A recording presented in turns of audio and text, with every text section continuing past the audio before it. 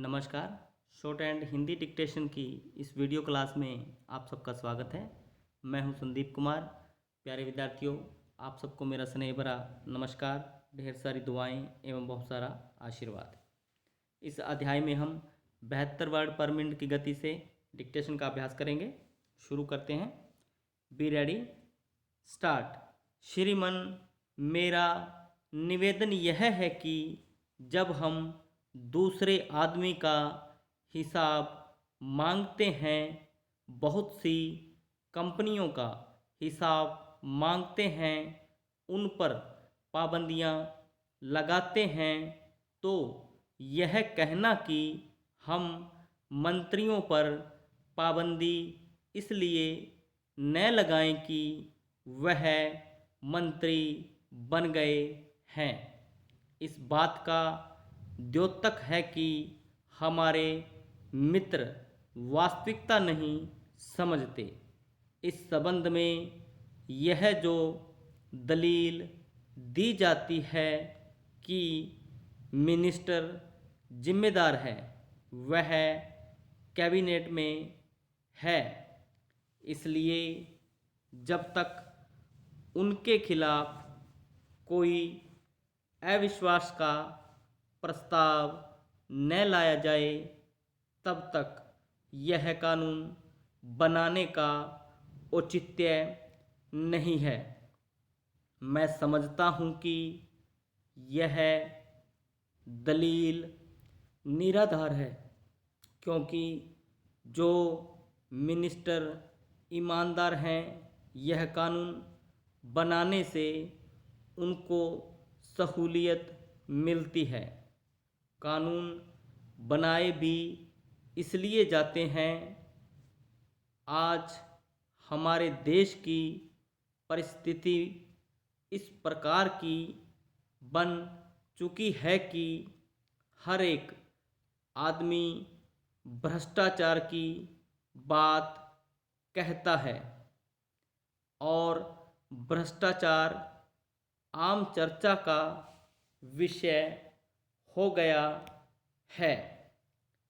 मैं जानकारी के आधार पर कह सकता हूँ कि सत्तारूढ़ दल के लोग भी छिपे छिपे कहते हैं कि अमुक आदमी ने बेईमानी कर ली है, अमुक ने नहीं की है, आदि। आम जनता और विरोधी दलों का तो प्रश्न ही क्या है।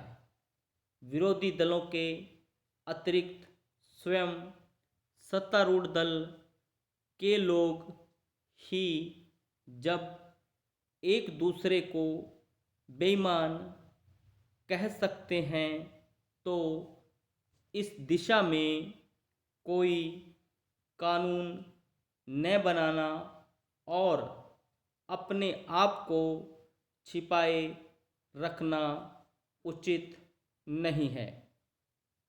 श्रीमान, जो परिस्थिति आज देश में है, उसको दृष्टि में रखते हुए यदि यह कानून बनता है, तो इससे लाभ होगा, प्रजातंत्र को लाभ होगा। जो पार्टी पावर में होगी, सत्तारूढ़ होगी, उसको लाभ होगा और विरोधी दलों को भी लाभ होगा, क्योंकि एक रास्ता निकलेगा, एक तरीका निकलेगा, जिसके आधार पर हम लोग नुक्ताचीनी कर सकेंगे।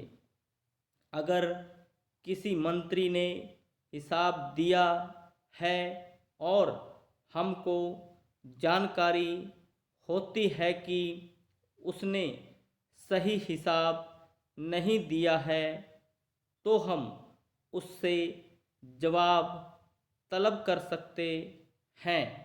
और आज तो विधि विधान मौजूद है, जिनके अनुसार हम उनकी जवाब तलबी करते हैं और उनको जवाब देना पड़ता है।